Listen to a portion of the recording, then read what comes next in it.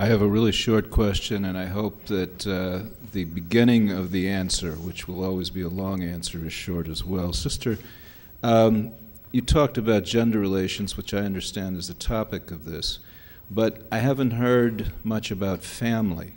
It makes an assumption that, like American nominative society, that the nuclear family, husband, wife, children, is the model. But as we all know, throughout most of the Muslim world, we are looking at extended families. We are also looking at perhaps 90% of all marriages are arranged marriages between families. We also know that the extra-local model applies throughout most of the Muslim world. The wife goes to the family of the husband, right? Now, I wonder if you can contextualize that, and I apologize that we have such short time, in terms of, the brother talked about community, but community is based on networking. Community is based on smaller units, social units. So what can we say about the role of the extended family versus the role of the nuclear family in building Muslim communities in America?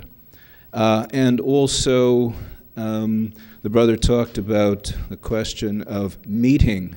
Well, traditionally, that's always something been done through the family. So I wonder, sister, if you have some comments on these issues. Jazakumullah for the question. And my perspective is different, of course, being a Muslim raised here.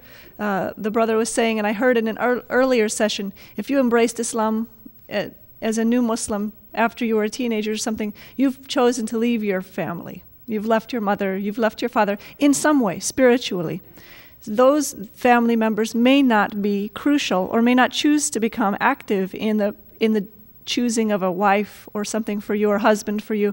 Usually, in this culture anyway, families don't play a large role. I mean, in the Caucasian family, and that's different in Hispanic and many other ethnicities in the society. But in Islam, we have the example of Surah Nisa and Surah Nur, who speak of the extended family and their role. And I think it's not a mistake in the Quran. Of course, it's not a mistake in the Quran. The Quran is the perfect book.